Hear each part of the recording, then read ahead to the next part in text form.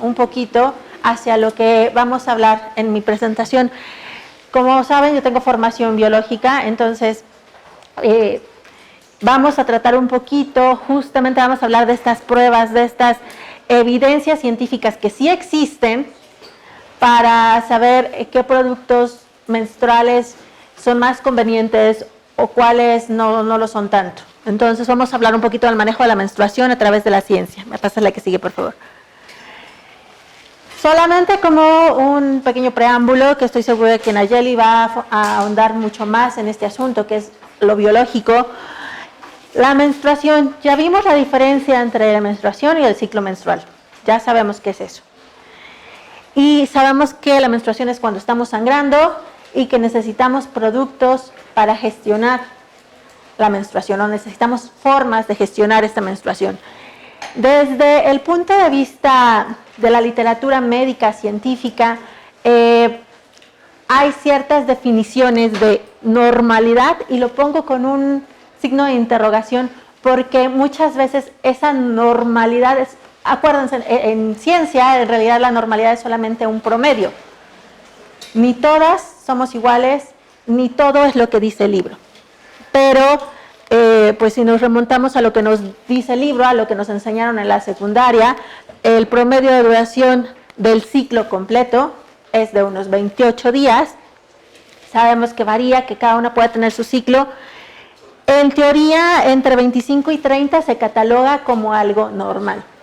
Y ya cuando hablamos de ciclos por debajo de este número o por arriba de este número, es cuando empezamos, médicamente hablando, a hablar de algunos problemas, algunos trastornos menstruales.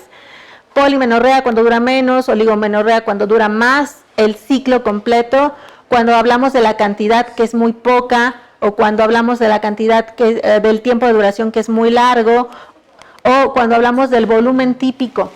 Este es un punto que estoy seguro que Nayeli va a tratar muchísimo más a fondo. Aquí estamos, este promedio es algo que nos dice la literatura, pero va a ser muy interesante ver quién lo definió, cómo lo definieron, cómo lo midieron. Porque justamente ahora que habemos muchas chicas utilizando alternativas como la copa menstrual, nos podemos dar cuenta de que este número puede no ser tan real. Entonces, muchos años médicamente y en los libros van a encontrar este promedio, y muchas de nosotras nos salimos de ese promedio. Y entonces, ¿somos anormales? ¿O en realidad lo que pasa es que nos hace falta estudiar más? Incluso desde la ciencia nos hace falta profundizar. Sabemos quizá todos estos aspectos hormonales, fisiológicos, metabólicos, pero ¿qué tanto estudiamos desde la ciencia los procesos femeninos? Yo creo que esto tiene grandes huecos y tiene muchísimo que ver con el hecho de que la ciencia por muchísimo tiempo ha sido predominantemente masculina. Entonces hablamos de los hombres estudiando procesos que no son de ellos. Hay muchísimo debate por ahí también para ver, ¿no?, desde ese punto de vista, y muchísimas cosas que hacer. Es una de las partes que a mí como científico me llama muchísimo la atención. Hay mucho por hacer. Es algo que incluso en los saberes ancestrales ya tenemos, ya tenemos. Ahora solo tenemos quizá que ponerlo un poquito más científico para que las grandes mentes nos hagan caso, ¿no? Porque si no nos dicen que son puras ondas de hippies, ¿no? O algo así. Me pasa la que sigue, por favor. Entonces, ¿qué sabemos de los productos para la higiene menstrual? ¿Con qué gestionamos la menstruación hasta ahorita? La que sigue, por favor. Bueno, las alternativas más comunes, más comerciales, las toallas femeninas desechables, los tampones. Es lo que tenemos más al alcance, lo que la mayoría de nosotros ha utilizado por lo menos en alguna parte de su vida o sigue utilizando. Pero ¿qué sabemos de ellos? ¿Los compramos cada mes? ¿Los usamos sin pensar? Pero realmente, ¿de qué están hechos? ¿Qué información tenemos? Y esto va también un poquito ligado a la parte de derecho que nos comentaba Wendy. Nosotros tenemos derecho a saber qué es lo que estamos poniendo en contacto con nuestro cuerpo. A ver, quizá ahí no se vean tanto los números que están un poquito pequeños. Este es un trabajo que se hizo es un análisis independiente de varias marcas de tampones en Estados Unidos, específicamente en Nueva York, en donde se pusieron a analizar los componentes encontrados en cada una de estas marcas. Utilizaron varias marcas comerciales y algunas que decían que eran orgánicas o de algodón. Entonces, mediante métodos analíticos se pusieron a analizar la presencia de diversas sustancias químicas. Aquí podemos rescatar uno de los más importantes que está presente en 4, excepto en las 2 que son hechas de algodón orgánico, supuestamente. Una de las cosas que se encontró fue disulfuro de carbono. Disulfuro de carbono, que es un producto que se obtiene mediante el procesamiento de una fibra que se llama rayón. Bueno, este es el disulfuro de carbono. El rayón es una de las fibras sintéticas más comunes, no nada más en tampones, este es un trabajo en tampones, pero también es muy común en toallas femeninas. ¿Y por qué? Porque el rayón es mucho más absorbente que el algodón. Entonces tenemos estas super toallitas ultra delgadas que te absorben todo el día y que puedes andar patinando con tus pantalones blancos y todo esto. ¿Por qué absorben tanto? ¿Qué tienen o qué necesitan tener para soportar flujos muy abundantes? Entonces, desde el comercio pues se buscó la solución, una fibra que fuera más absorbente, pero en el momento de la manufactura tenemos residuos que tal vez no son tan, o sea, que no deberían estar ahí o que no son tan buenos para que estén ahí. El disulfuro de carbono ha sido relacionado con algunos trastornos menstruales, con menopausia acelerada, con problemas cardiovasculares y neurológicos en algunos estudios. Este estudio que cito acá arriba fue específicamente para mujeres y en este estudio en población general de gente que trabaja en la manufactura del rayón. Entonces, estos son efectos adversos que se conocen bien. Y vemos que tenemos una importante presencia de este contaminante, por lo menos en las marcas que tienen fibras sintéticas. Sabemos que la mucosa vaginal es altamente absorbente, por eso hay algunos medicamentos que incluso se utilizan vía vaginal. Es una mucosa, absorbe cosas que están ahí. Entonces, aparentemente están en una concentración muy bajita, que son partes por billón, pero sumémosle el uso constante mes con mes durante unos 30 años. ¿Cómo podemos saber que el alto índice de trastornos menstruales, síndrome premenstrual, endometriosis, quistes, que ahora vemos en mayor índice que antes, no está relacionado con una mayor exposición a este tipo de químicos? Entonces, y para hablar de uno, en este estudio encontraron algunos otros como heptano, hexano, acetato, que no tendrían que estar ahí, que aparentemente por los procesos de fabricación no tendrían que estar ahí, aún así fueron detectados en algunas marcas. Por ahí también hubo algún estudio importante que creo que se hizo en Europa, que hablaba de que en las toallas femeninas se encontraba glifosato, que es uno de los fertilizantes que se utilizan para los plantíos del algodón transgénico, ¿no? Entonces, por ejemplo, y todo esto en realidad no lo sabemos. No lo sabemos porque desde la legislación, las empresas que hacen estos productos sanitarios no requieren poner los ingredientes o los componentes o todos los productos que contienen.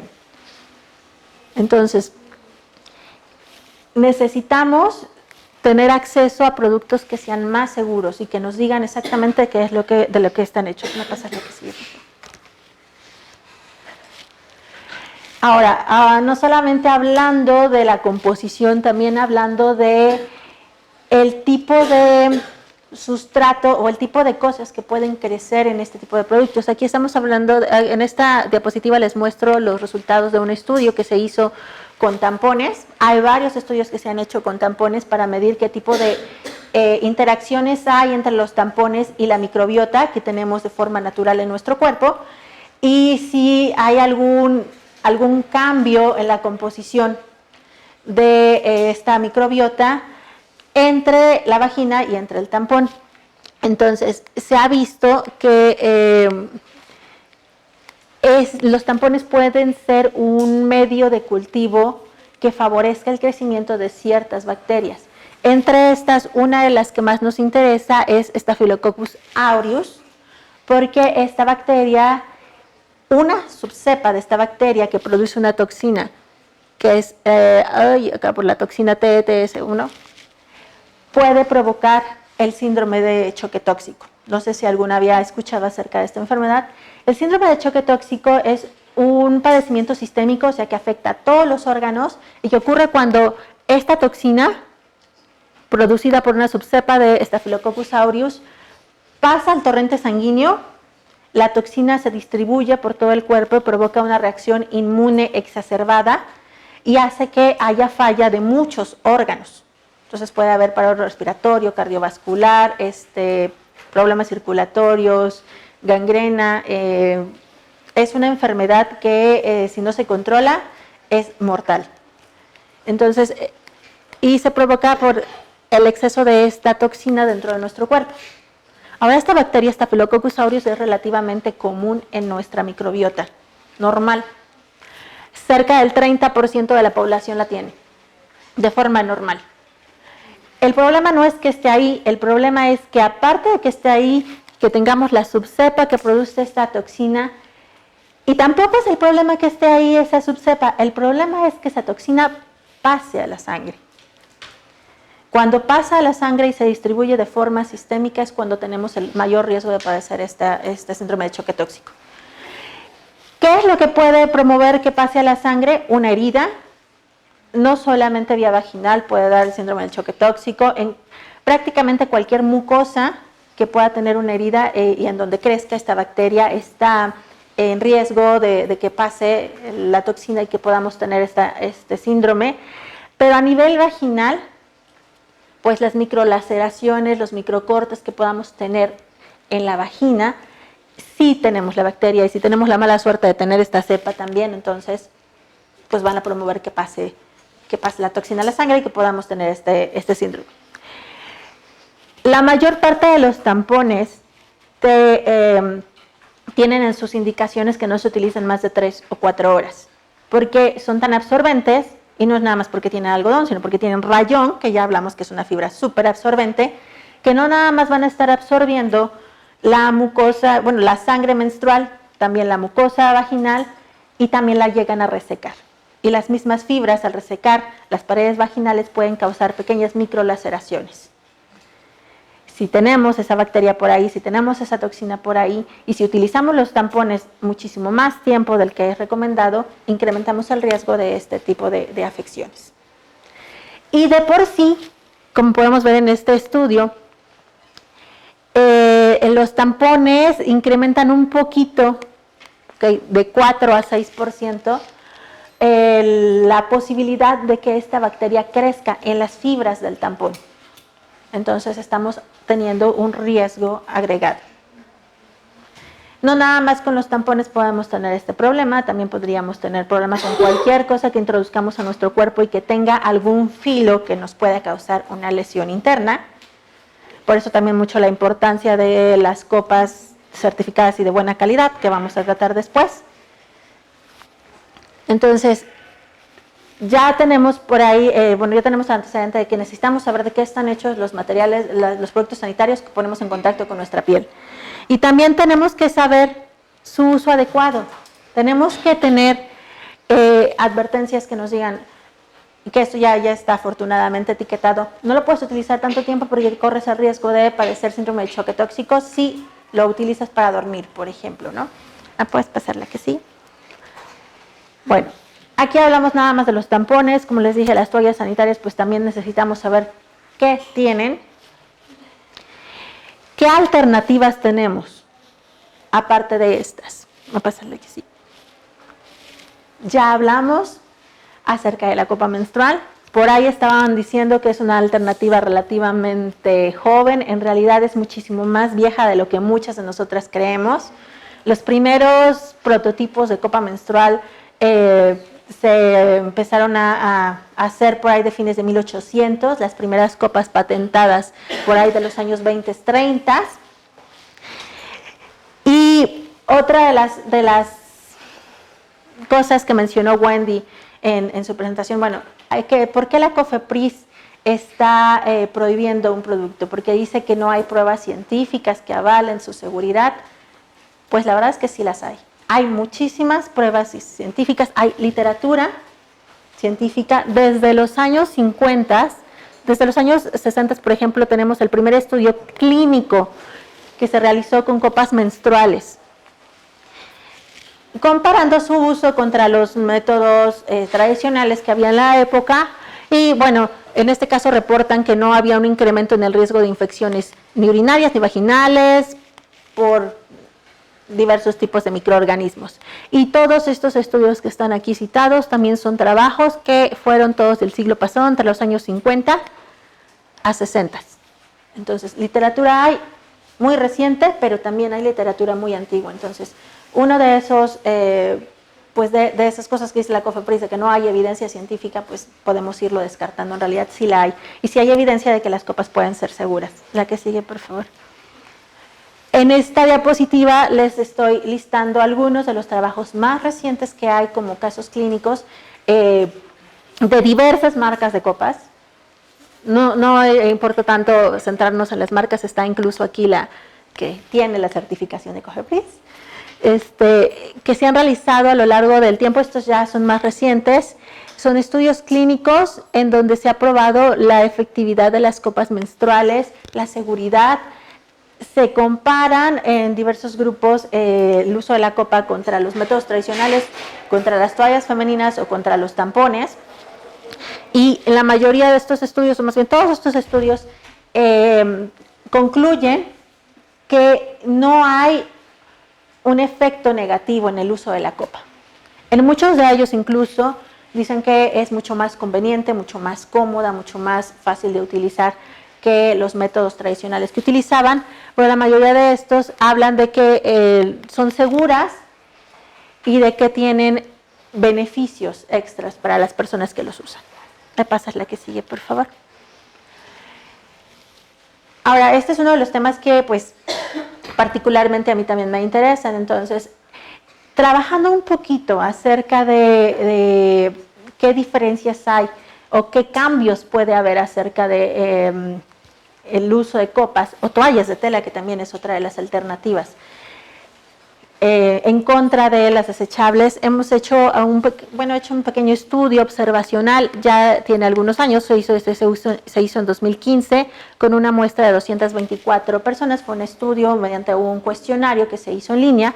Me puedes pasar la que sigue. Entonces les quiero mostrar los resultados que tuvimos de este pequeño estudio observacional, que es un piloto para cosas que puedan venir después. Entonces, estas son las preguntas que les hicimos. ¿Durante cuánto tiempo has utilizado toallas de tela o copa? Este era un requisito para participar, que fueran ya usuarias de uno o de los dos métodos. Y tenemos una media de 2 años, tenemos más o menos el 50% de la población que ha utilizado entre 1 a 2 años o más. Y bueno, tenemos desde menos a 3 meses hasta más de 2 años. La que sigue, por favor. Como descripción un poquito de la muestra, pues la mayor parte de las participantes utilizan copa menstrual o entre copa menstrual y ambas. Tenemos un porcentaje bajito que solamente utiliza toallas de tela, por ahí del 10%. Más o menos el 70-80% de todas las encuestadas utilizaban copa, por lo menos, con combinación de toallas de tela o solita. Y el rango de edades, pues como podemos entender, en asuntos menstruales, pues se va muchísimo más hasta los 20, 30 años, porque ya entre más tiempo va pasando, pues también se nos acerca la menopausia y todo este tipo de cosas. Entonces tenemos la mayoría de la población entre 18 a 33 años. La que sigue, por favor. Les preguntamos a las chicas, ¿cuál era la duración de tu ciclo menstrual antes de utilizar estas alternativas? Y la mayoría, bueno, cerca del 60% de las encuestadas tenían una duración de más o menos 7 días, de entre 5 a 7 días. Les preguntamos después, ahora que utilizas estos métodos, ¿cuál es la duración de tu menstruación? Y notamos que nuestra curva se recorrió un poquito a la izquierda. disminuyó de entre 5 a 7 días a 3 a 4 días. Esto es uno de los fenómenos más recurrentes que vemos cuando hacemos cambio de los productos desechables a este tipo de alternativas. Muchas veces se disminuye el flujo en días o en cantidad, también puede ser. ¿Me pasas la que sigue? Como usuaria de toallas de tela o copa menstrual, ¿qué has notado en cuanto a infecciones vaginales? Que es otro de los rubros en los que también tienen mucha incidencia los productos desechables. Entonces les preguntamos, ¿nunca he tenido infecciones, o he tenido menos, o he tenido más, o no hay ninguna diferencia? Y casi la mitad de las personas encuestadas nos dicen que presentan menos infecciones vaginales que cuando utilizaban productos desechables. ¿Me pasas la que sigue, por favor? Después les preguntamos qué diferencias había con respecto a sus síntomas, sus cólicos, por ejemplo, o las molestias que tenían, y también si han tenido menos, si han tenido más, si no se han modificado o si nunca las habían tenido. Y también casi el 60% de las encuestadas nos dicen que tuvieron una disminución en los cólicos que presentaban antes de utilizar estos métodos. La que sigue, por favor. Entonces, este solamente es un estudio piloto. Hay mucho por comprender, como pueden ver, pero ¿de qué forma podemos relacionar esta información que les daba antes de que no sabemos realmente qué ingredientes o qué componentes o qué químicos estamos teniendo en los productos desechables en contacto con nuestra piel y qué tan relacionados puedan estar con algunas alteraciones del ciclo menstrual, como el incremento en el flujo, como el incremento en el síndrome premenstrual y las infecciones vaginales también? Es claro que cuando cambias a este tipo de alternativas, hay, aparte de la diferencia de bienestar y de comodidad y de todo esto, hay otros factores de salud que sí están cambiando. El flujo, las infecciones, la duración, la cantidad. Entonces hay mucho que tenemos que estudiar. Primero tenemos que estudiar de qué forma nos estamos exponiendo a todos estos químicos sin saberlo, cómo controlarlo, cómo regularlo y de qué forma podemos librarnos de ellos. De qué forma podemos vivir mejor nuestra menstruación. La que sigue, por favor. Ahora, necesitamos hablar también de los reportes que ha habido acerca de efectos adversos. Aquí por acá preguntaban, ¿realmente son tan seguras? ¿Realmente todo el mundo las puede utilizar? Bueno, parte de estudiar este tipo de alternativas desde el enfoque científico es que tenemos que ser bien objetivos y ver tanto los lados buenos como los lados malos. Entonces sí, si hay algo que tengamos que reportar, algún efecto adverso, tenemos que publicarlo, y hasta ahora estos son los 3 reportes que tenemos al momento de efectos adversos, y lo pongo entre comillas, ahorita vamos a ver por qué, acerca del uso de copas. El primero fue un estudio de caso de una copa menstrual retenida en el Reino Unido. La chica no podía sacar la copa, y esto es algo que en la práctica a veces ocurre, pero el problema, no se reportó ningún problema sexual ni de salud después de que le extrajeron la copa a la chica, y la causa de este caso o reporte adverso fue la colocación demasiado elevada de la copa. Entonces, retomando un poquito lo que platicábamos en la conferencia pasada, es esta parte de que podamos repartir copas menstruales a todos, o que podamos tener más acceso, que sean más, pues que se puedan adquirir con mayor facilidad, también viene con la responsabilidad de la adecuada capacitación de su uso. Cualquier método que no sea bien utilizado puede causar un daño. Entonces, realmente en este caso no es que la copa hiciera el daño, sino fue la falta de pericia de la chica, quizá al utilizarla, el hecho de que se giró. Hemos tenido algunos casos de copas que se giran porque, no sé, o sea, es parte de aprender a utilizarlas. Entonces, en realidad como tal, no es que el material de la copa haya causado algún daño, no es que la copa en sí pues sea el problema, sino la adecuada colocación.